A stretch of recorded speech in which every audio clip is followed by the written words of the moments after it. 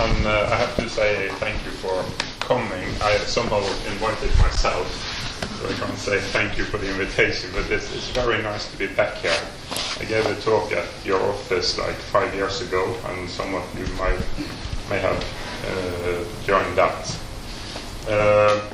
I'm currently part-time living in Glasgow, so I thought it would be nice to reconnect with the Tweed, and you will know more about why I'm particularly interested. And Ronald has kind of set the stage here in a very nice way. I'm very pleased with hearing that talk because it sums up pretty much a lot of the basis for what I'm going to talk about. So what we are going to do today is we're going to take a trip out at sea.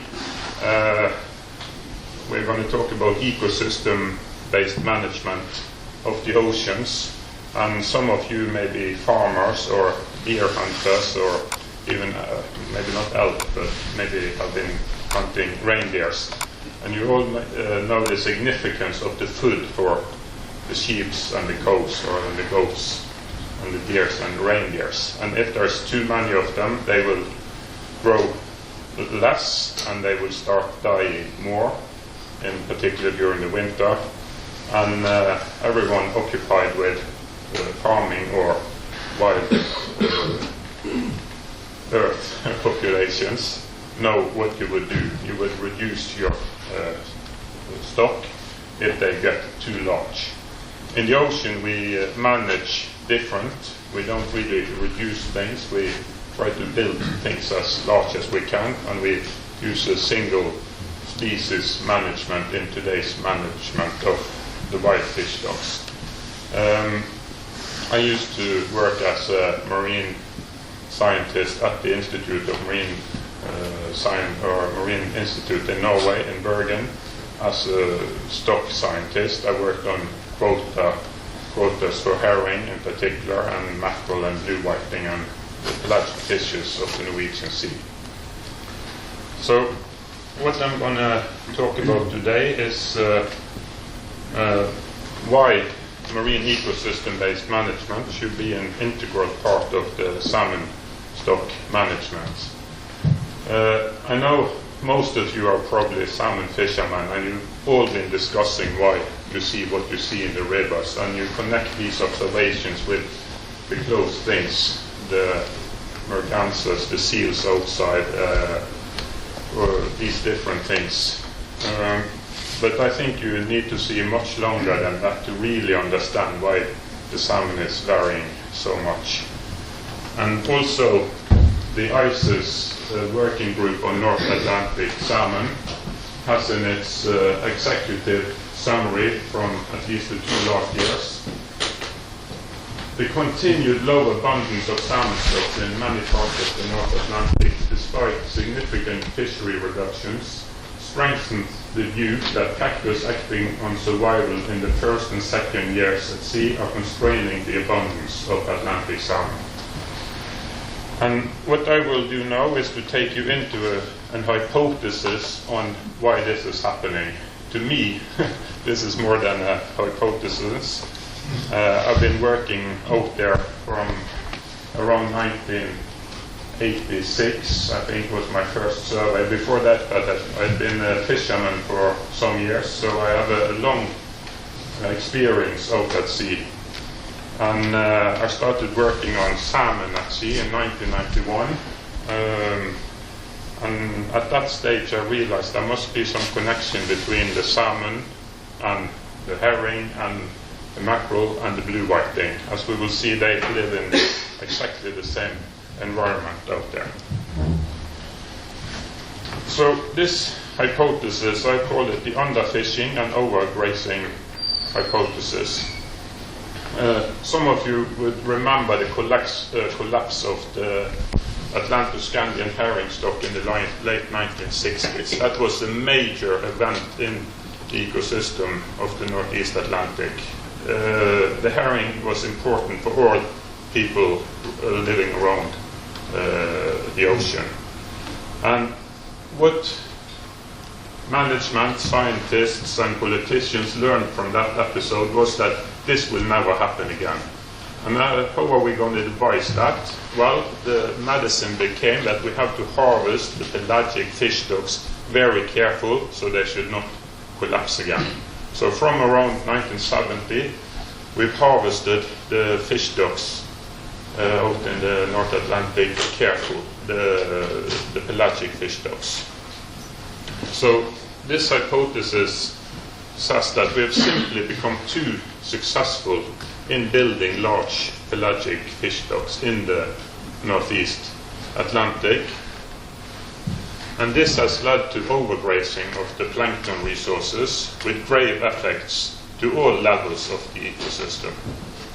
And I will take you a bit into the ecosystem and the ecosystem functioning. So this is how an ecosystem should look. At the bottom, we have the phytoplankton, the plants, and in the top of the pyramids, we have the animals with the small plankton at the bottom, and the killer whales at the very peak. In between there, we have all these different animals with fishes and salmon and birds, and today man is on top, definitely.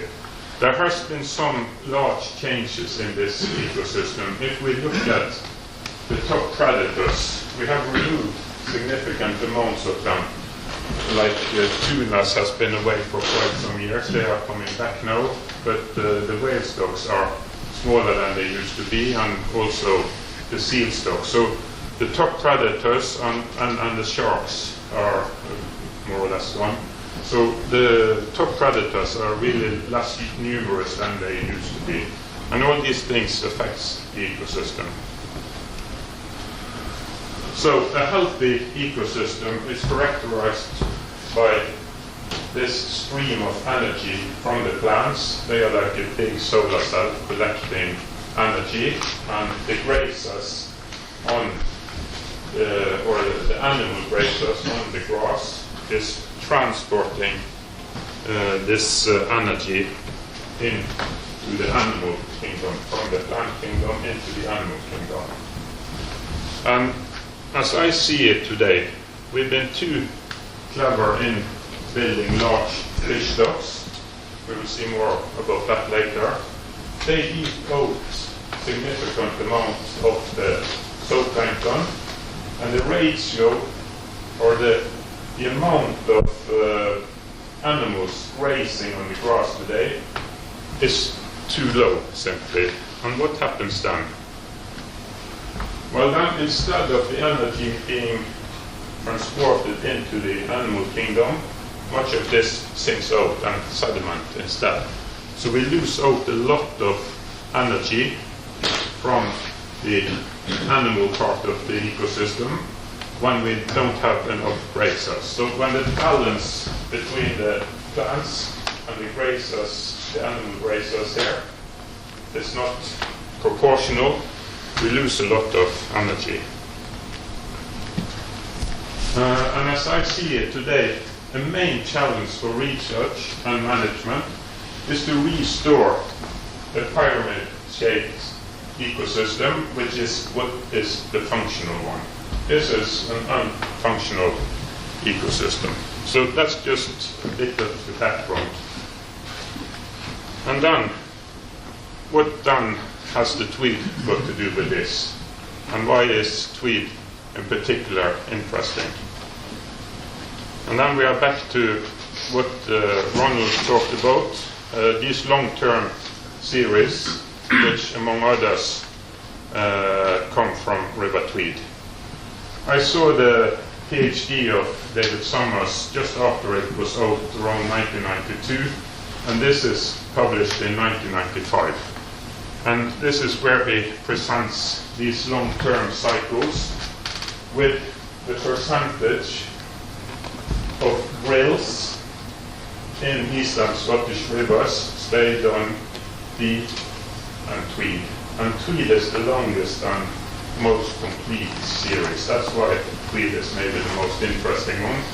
But as Ronald pointed out, these rhythms are parallel between the rivers. And when I saw these things, I started, my PhD is on long-term series of the herring growth. So when I saw these long-term series, I wondered how do they connect with temperatures, with the herring, with other long-term series.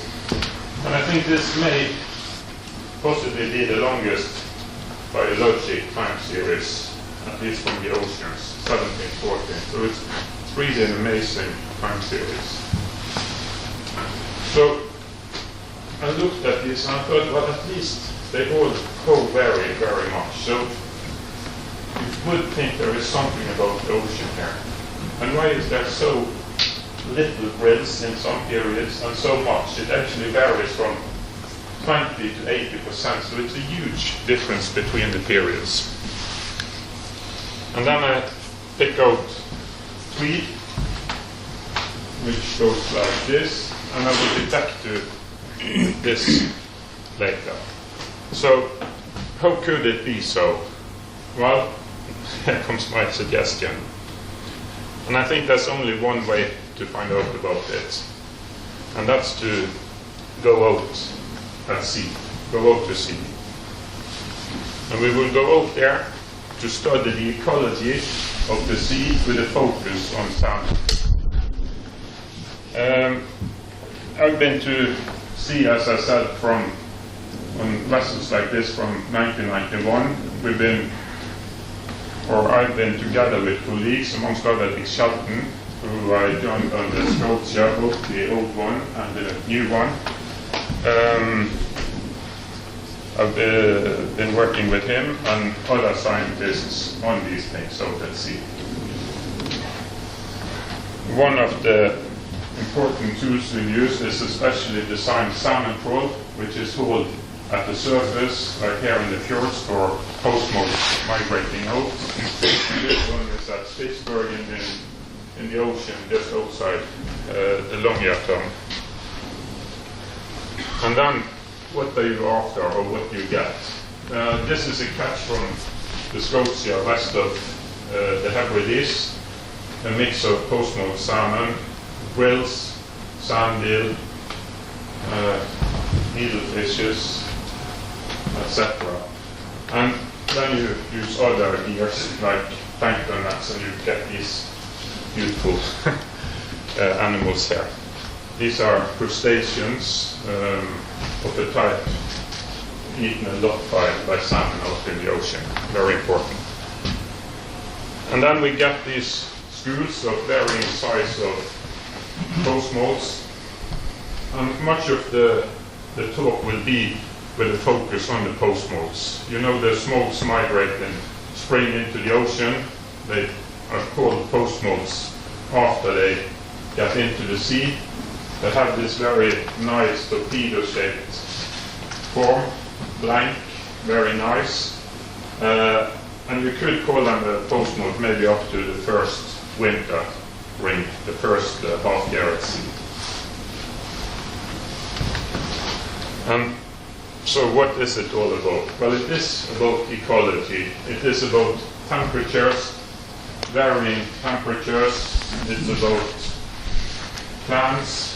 It's about birds, tunas, migration patterns, growth, herring, plankton, etc., etc., fishing in the rivers. And it's about ecosystem-based management. And that's what typically a farmer would do all the day, year round. One with cattle or whatever, he would evaluate his stock, at least in the old days before you could freely buy what you would need. But he would evaluate how much grass do I have this year, how much cattle can I keep over the winter, etc. So that's the easy way of seeing it. For the farmer, these things are easy, or much easier, because he can see both his grass, he can see his cattle, but in the ocean we can not easily see these big processes. We can see the surface, and we have some tools that gives us some indications down there. But we can also use the salmon as an indicator of the ocean, as you will see.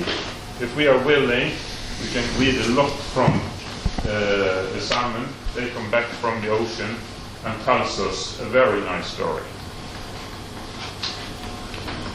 So the postmodes in general, they leave in the spring from Europe, from down in Portugal and further north. And many of the European postmodes end up in this area in the Norwegian Sea.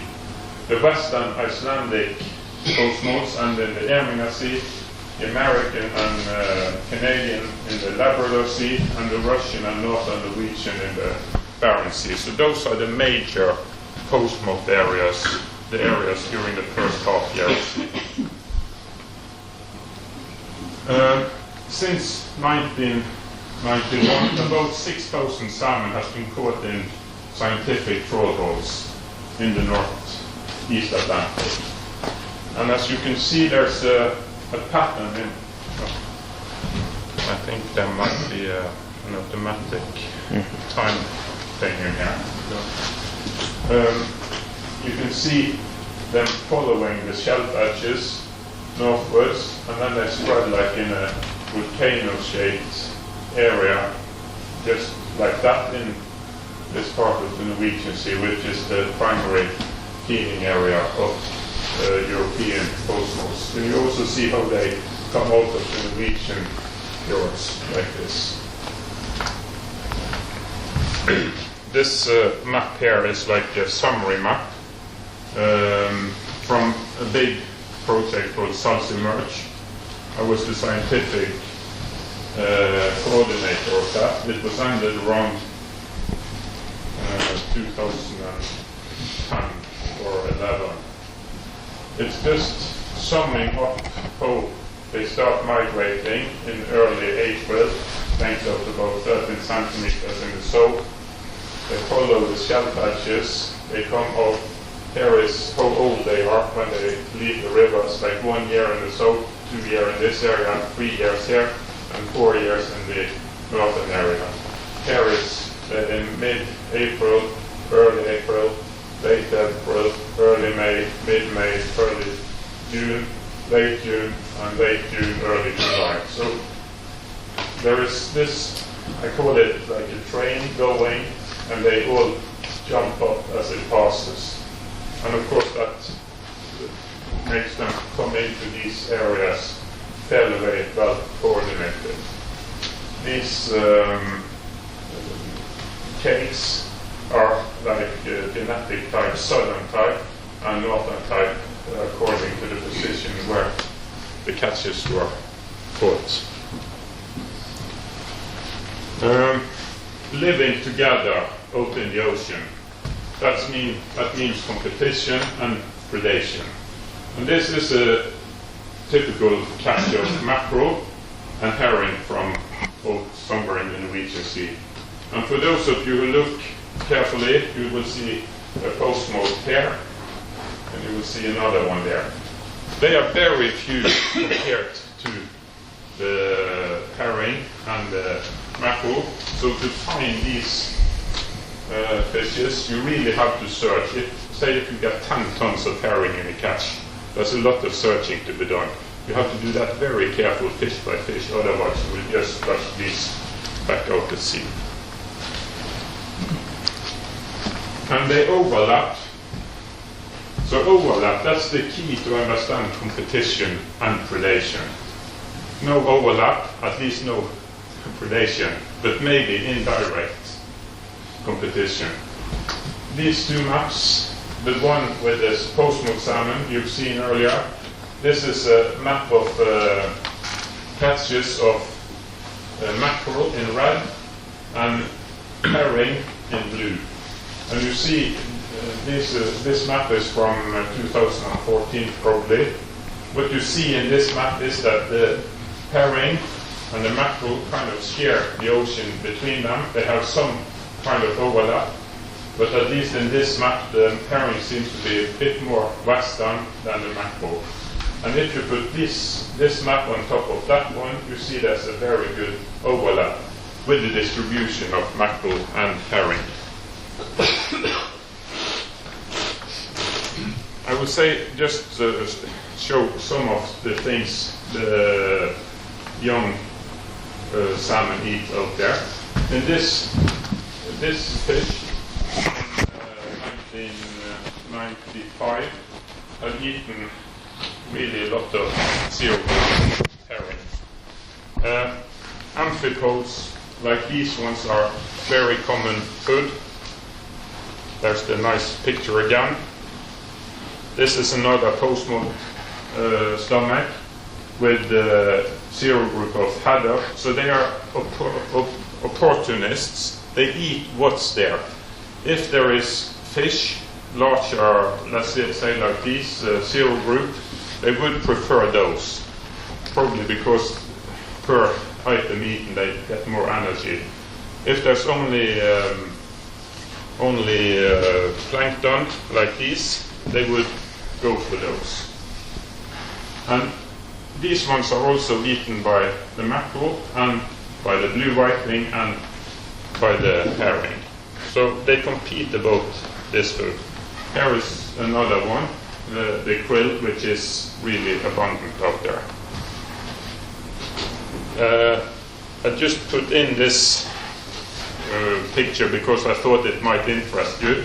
These are adult salmon in the Greenland Sea. We've done surveys to try to map these. We are not able to catch them in ordinary trawls because they swim too quickly.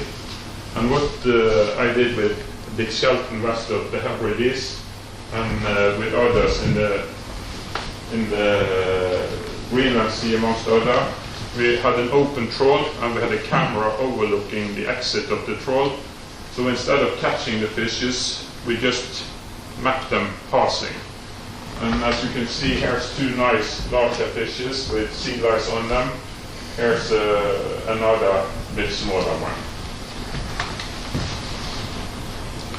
So what about the general trends about the European salmon stocks? And this is, I'm now getting closer to the Tweed. Because what you are seeing in the Tweed are in general seen over much of Europe, as was pointed out in the by ICES working group at the beginning. And this is the general trend in catches.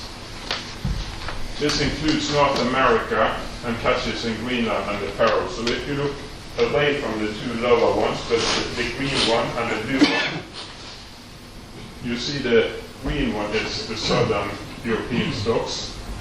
They have the largest decrease in percentage, quite a lot larger than the northern European stocks.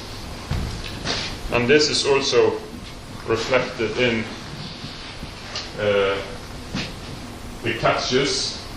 If you see here, the catches from 1970 to 2015, they go stronger down for the southern stocks than for the northern stocks. So there is a difference between the northern and the southern stocks. I come from Norway, and in Norway we have a large fish farming industry. We farm around 1.3 million tons of salmon a year. And there's a big debate in Norway about the significance of the salmon farming. We will have a little look at that later. This talk does not really take that discussion into it, but I just want you to have that at the back of your heads as well. If we go and look at survival at sea, these are results from tagging experiments of different northern stocks. The blue and upper values, the blue line, is grills returns, 1 sea winter returns. So what you see here from 1980, the survival rate at sea of grills, 1 sea winter, is going down and down and down to a very low level. While the survival of multi-sea winter or 2 sea winter fishes is fairly stable throughout this period. So these are tagged fishes, wild fishes put out at sea, and you are just screening the returns. So you see the grills is going away in general in the northern area. And the northern area is Norway, Denmark, Sweden, Russia. and also Iceland. If you look at the southern area, we have the same development. The grills disappears, while the 2C winter is fairly stable, the survival rate at sea. Then I will compare two countries, Norway and Northern Ireland. And I'm using Northern Ireland because they have insignificant fish farming. If you look at Norway, this goes back to 1980, and the red is grills, and the blue is multi-sea winter. You see quite a strong decrease, but if you look at the percentage, which is multi-sea winter, the blue ones, you see that the ratio of the blue is increasing, so that means the grills is disappearing, as we saw earlier. If we look at Northern Ireland, the reduction is much, much stronger, but there is no such switch from multi-sea winter, from grills to multi-sea winter, so it seems the North Irish salmon doesn't have that genetic ability to switch from grills to multi-sea winter under the current ocean conditions. So that's probably the sad story for Northern Ireland and also Ireland, that their salmon doesn't have that genetic ability. That's an hypothesis, but at least it's very obvious or visible when you look at the development in the two countries. And if we look at the catches in North Ireland from the peak year, which was 1973, in North Ireland it goes from 183 tons to 5 tons in 2015, so it's a reduction of 97%, while in Norway you have a reduction of 66%. So this shows how the southern stocks, or just an example of how the southern stocks are more affected by what's happening out at sea today than the northern stocks. I will now give a brief view into the empiric basis of the underfishing and overgrazing hypothesis. And then we will start with looking at the temperatures, how they vary out there, or in general in the North and Northeast Atlantic. This is a variation, or a temperature variation called Atlantic Multi-Decade Oscillation, the AMO. And some of you may want to look that up later. These are measured values back to about 1855, and you can see it's like a long cyclic periodicity at 60 years. So we had a cool period during the 1970s, and we've had a warming up to about 2007. And in the later years we have had a cooling again. So in the Norwegian Sea, this graph to the left, in 1995, here, we got this strong, this is a bit slow, okay. We got this warming from 1995 to about 2007,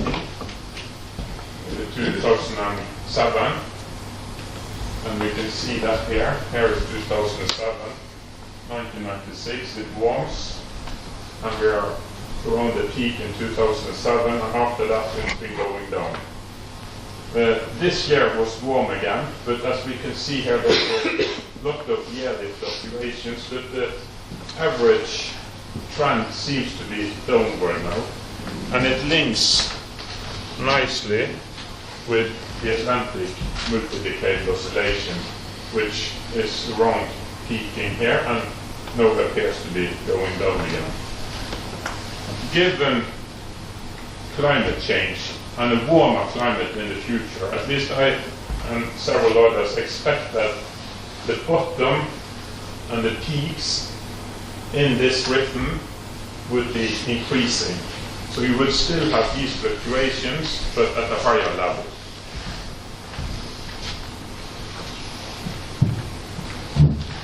So what have we seen about the plankton in recent years? We've seen a quite strong decrease in the available plankton. And this plankton series is collected during the survey you saw earlier with the distribution of mackerel and herring. In the 1990s, we had levels around 12 to 14 grams per square meters. We had a low level around 2009-2010, and we've had a certain increase after that. But in general, the food has been low in later years. Here this series is decomposed, and we can see how it varies in different areas. The green is east of Iceland. The blue is in the Lofoten basin, that's out in the ocean outside Lofoten, and this thin one is in the Jan Mayen area. So looking at different areas, it varies a bit. And if we look at maps from the different years and plot them with the same colors, you can see in 2000 there are large areas with red, while in 2015 the red is more or less gone. So there is a big difference. I've been out there for most of these years, so ending around 2012. But those years the plankton nets were really filled. There was a lot of food out there, and this has been decreasing a lot.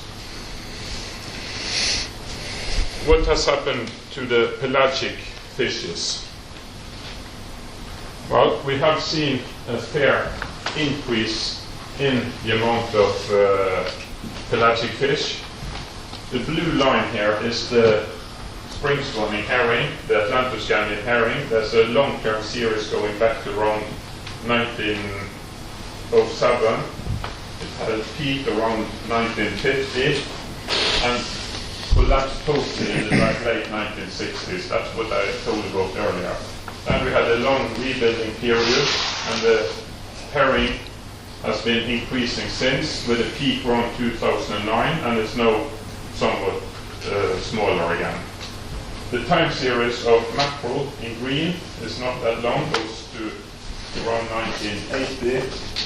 It's been, well, varying a bit, but at least it's been increasing in recent years. And also we can see the blue whiting at a peak around 2002 or 3 and has been decreasing, but is now increasing again.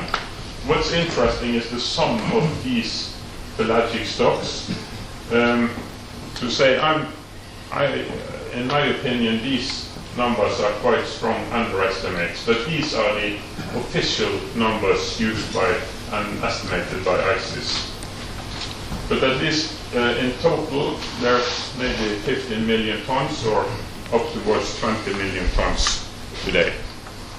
So what happened with the growth of the pelagic fishes during this period?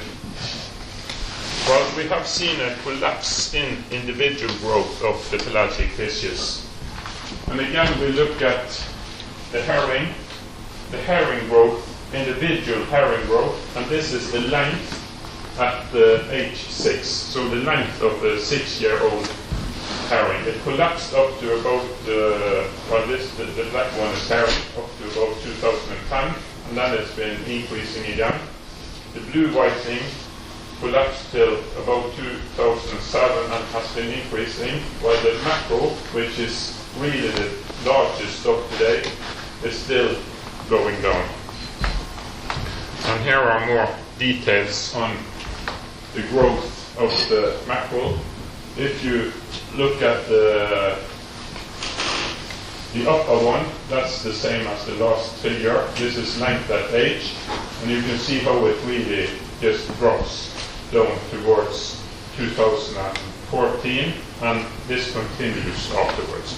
So there's less and less food for the mackerel out there. And if we look at the distribution of the herring today, I call this density and hunger-driven compensation of migration. The stock of mackerel today is so large that it migrates way over to the southern tip of Greenland. It migrates up to Jan Mayen Island. It migrates up to Spitsbergen and Longyearbyen. They are found in the White Sea along the coast of Denmark, and they are found all the way. Wherever you go in the Norwegian fjords, wherever you go, you will find mackerel. And in general, they will be growing poor and they will be quite thin. I saw one at Asta in Glasgow yesterday, or several, and I've spotted them in many towns in Glasgow, very thin, poorly conditioned mackerel. So they grow slow and they are poorly conditioned. This is just a picture I got from a fisherman in northern Norway. That was in 2013, October 12th at 70 degrees north. That's about around Tromsø. And this is a really meager fish. In October, this fish should have been west of the British Isles, and it should be quite fat. Instead, it's up there looking like this. So the growth and the food for the pelagic fishes is poor at the moment, and the same for the salmon. In particular for the young salmon. For the post-smolts, there is not food, not very much food. So we are getting closer to something else. There are other things here. We see a collapse in the Norwegian coastal sprats. They live in the fjords. And this is a long-term series from the CITES organization of Pelagic Fish in Norway from 1901 to, well, it goes to 2016. I'm not updated in 2000 years. But as you can see, we have a fairly stable fishery around 10,000 tons up to 1970. And then we've had this decrease and decrease and decrease. And the last years, well, this fish is actually red listed now. So they shouldn't be fished, but they are fished a little bit. And in my view, these have simply been eaten away by the mackerel, both the adult fishes and in particular the zero group. The recruitment of these stocks are simply eaten as they are spawned or grown just a little bit. We also see a collapse, but also an explosion in seabirds. So what seabirds are collapsing? If we look at those eating juvenile fish and plankton, they are collapsing. The puffin and the kittiwake, this is a small, you know that maybe that's a small gull. They are really collapsing. In some of the colonies, they are totally gone. The kittiwake depend on eating from the surface. It doesn't dive. It can dive maybe half a meter or something. And they eat like the small temistos I showed you earlier, the small crustaceans, and they eat small fishes. And they are doing extremely poor. The puffin are eating sand eels and small fishes like zero group of herring. Those two may be the most important food for them. But again, you see this very negative trend. Then if we look at gannets, and what do gannets eat? Well, they eat large fishes like herring, but maybe in particular mackerel, not the biggest ones, but fairly large mackerel, and they also eat post-smolts of salmon. They are doing very well. There's no sign of real collapse. This is just two colonies, or two areas, one colony and one area, but in general they are doing fine. So those depending on the big fishes with large stocks are doing fine. And then, what about the salmon in this picture? This picture where the pelagic fishes, in my view, have eaten down the food and left not too much for the post-smolt salmon.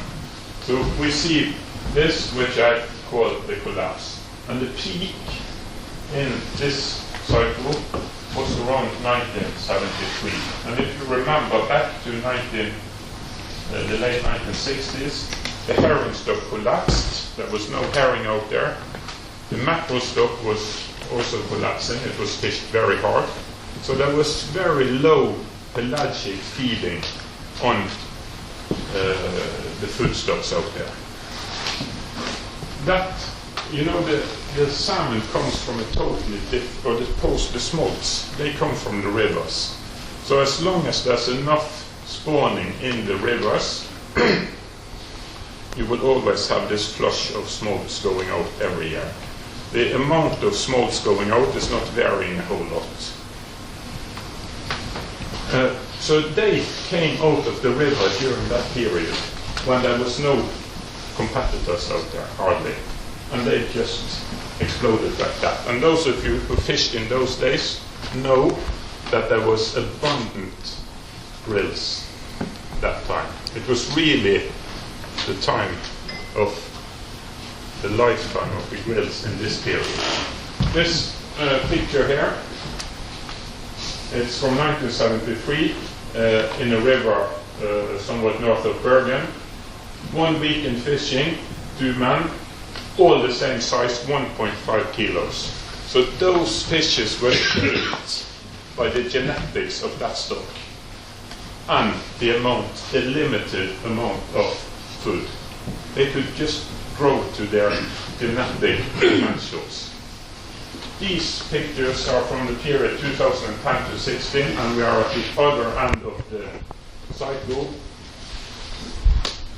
I was first made aware of these fishes around 2006 maybe. A taxi driver, he called them micro grills or micro fat in Norwegian. Fish is down to 400 grams. Some of you might have seen them. And the this taxi driver, he said, well, we put them back out again.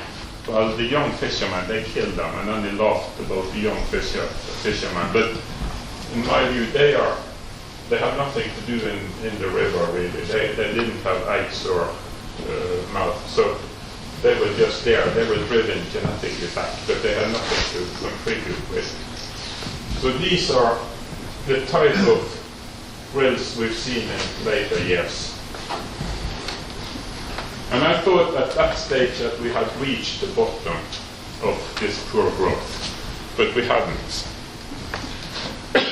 So what do the time series tell us and the growth studies tell us? This is a study by Friedland and others, where they compared the growth of North Esk and Figjo in western Norway, just south of Stavanger. If you look at this is the calculated length, the growth from sea entrance to the first wintering of the salmon. So it's post-smolt growth from the enter the sea, maybe at 13 centimeters, and then you back calculate from the scale readings how much they have been growing from sea entrance to the first new year. And in 1970, you can see the grey and the dark. The dark is North Esk and the grey is Figjo. So they are totally parallel, even though they are on either side of the North Sea. So in 1973, they grew up to 40 centimeters up to New Year. And then this went down and down and down. And their series stops a bit after 2000. But then there's a new series which we can link. It's directly linkable, but it's other rivers. And we continue from 2000, and we can see here in 2008 the growth was 25 centimeters. So over that period from 73 to 2008, there was a growth reduction of 15 centimeters. And this is in parallel with the growth reduction I showed in the herring and in the mackerel. So they both, not really the herring, because at that time there was very little herring, so they grew quite well. But in this period, they also grow very poor. So the growth of all the pelagics are decreasing. And what happens when the growth is decreasing? So we've seen how the salmon grew less. And then we look at survival. And we see here they also did tagging or survival experiments. And we see how the return rate here was high in 1973. You got a lot of fish back and less.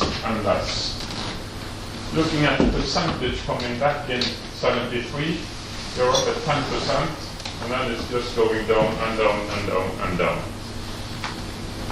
And again, these are the returns of the grills really going down. These are the white ones down here are the returns of multi-sea winters. They are also going down, but not at the same rate as the grills.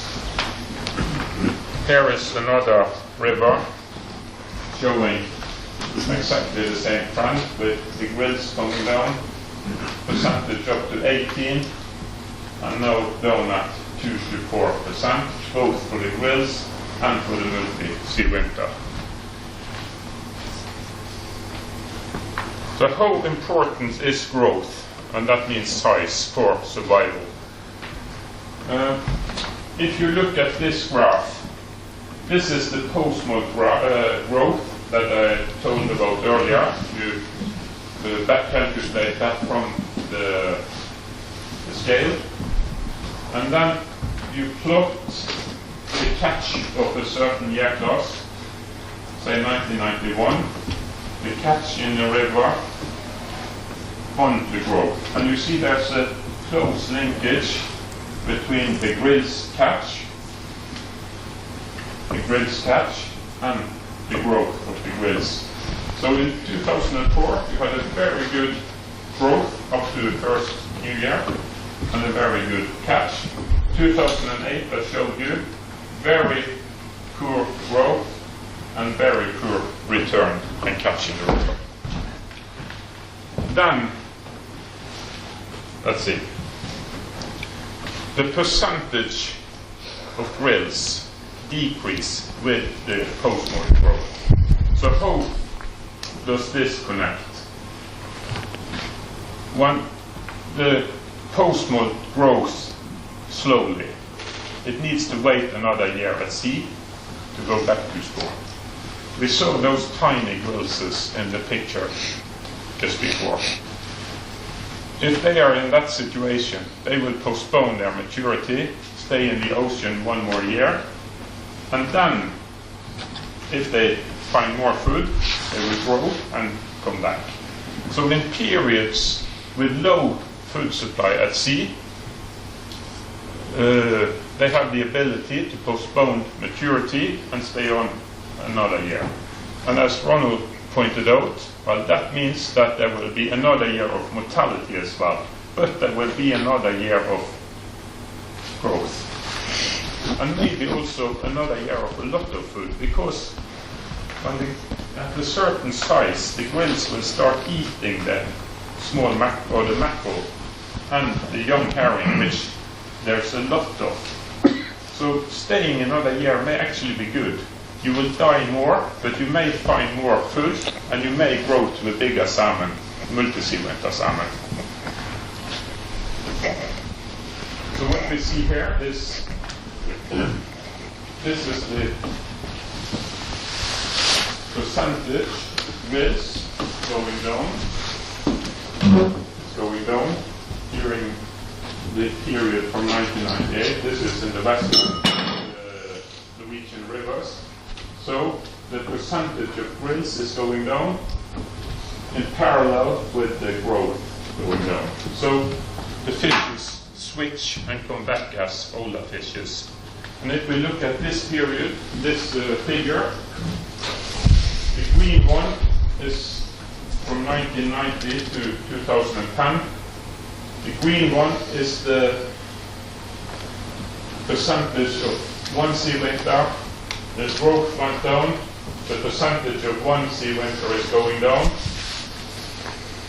while the percentage of two sea winter is going up, the percentage of three sea winter is going up, and also the percentage of poor sea winter. But in particular, we see that 3, 2, and 3 is going up, while Wales is going down when the growth goes down.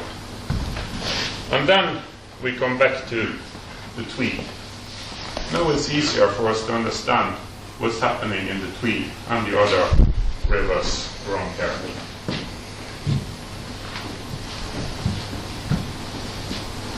So, few grills is a proxy for hunger in the ocean. Much grills is a proxy for much food. There's a lot of food, they grow quickly, they mature, and they go in and spawn. We come into this period in the late 1800, early 19, well, now this is from 1920, 1930, and we are in a period of hunger in the ocean with few grills. Then we go into this period which peaks around 1973 with a lot of food.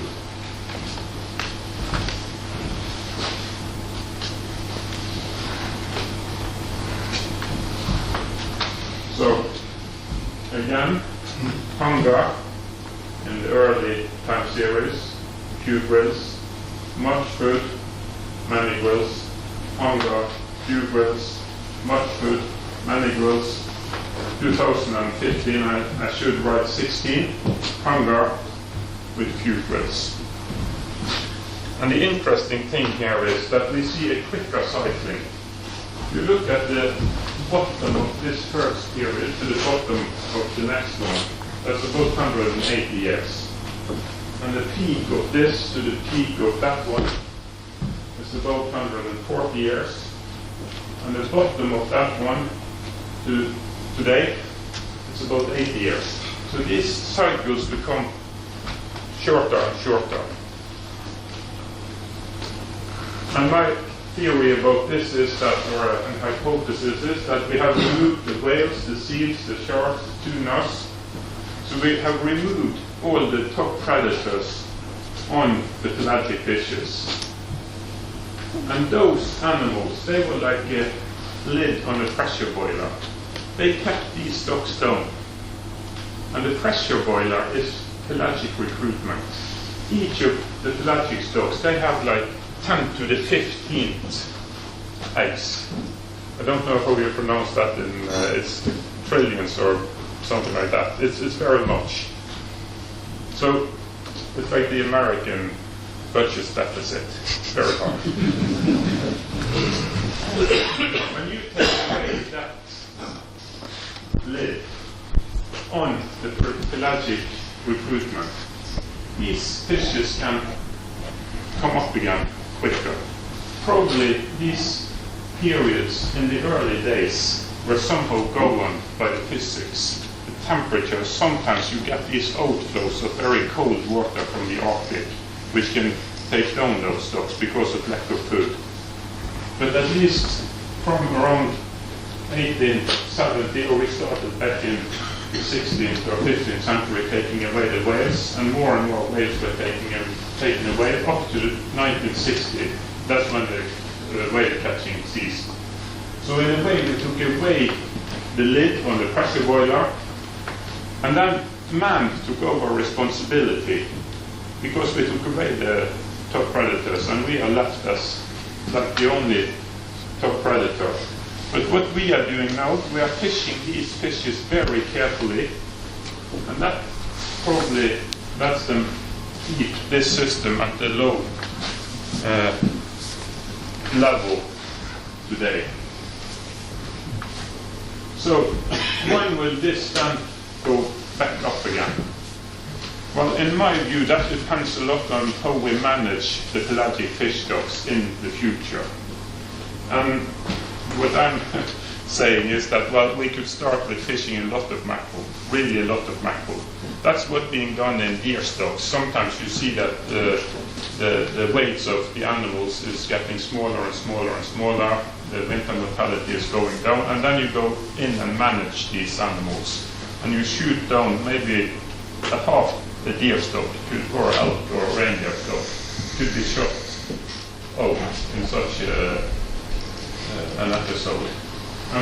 Today I think we are simply too clever in building up too large fish stocks, pelagic fish stocks, with really severe consequences to all, both to the fishes, but also to the whales, to the seals, to the salmon, to the sprats, to everything out there. It's simply a huge overgrazing of the system. And this figure I've showed before, I've put in the reduction in the North Irish stocks. It's really large. The Norwegian stocks is large, but not that large. And to me, the salmon industry in Norway is not that detrimental to the white salmon as many people in Norway does. So in Norway, this is a very controversial discussion. And what I'm saying is that, well, we have to look at the ecology of the ocean to understand why salmon returns vary a lot in amount and age structure. We need to understand the ecology of the ocean. So that's kind of my main take-home message. And also, to have sound and strong salmon stocks back in the rivers, we need to implement an ecosystem-based management of the ocean. And as I indicated, a good way to start, I would say, is to fish quite a lot of mackerel, follow certain boxes or indices, like the growth of the mackerel, the growth of the postmodes, the amount of plankton out there, and the survival of, for instance, kittiwake chicks. So there are very simple indices we could follow. I think we are in a position today where we have not really been before, because what we are seeing in the sprat stocks, we've not seen it through the last period like you spoke about. It was a good sprat fisheries throughout that period. There was abundant seabirds, but today we are in a different situation, and I think that we have been too clever in building up these fish stocks and in protecting them. So I'm going to finish now, and I'm just saying, look to River Tweed. Its story has a lot to tell if you listen. Okay, thank you.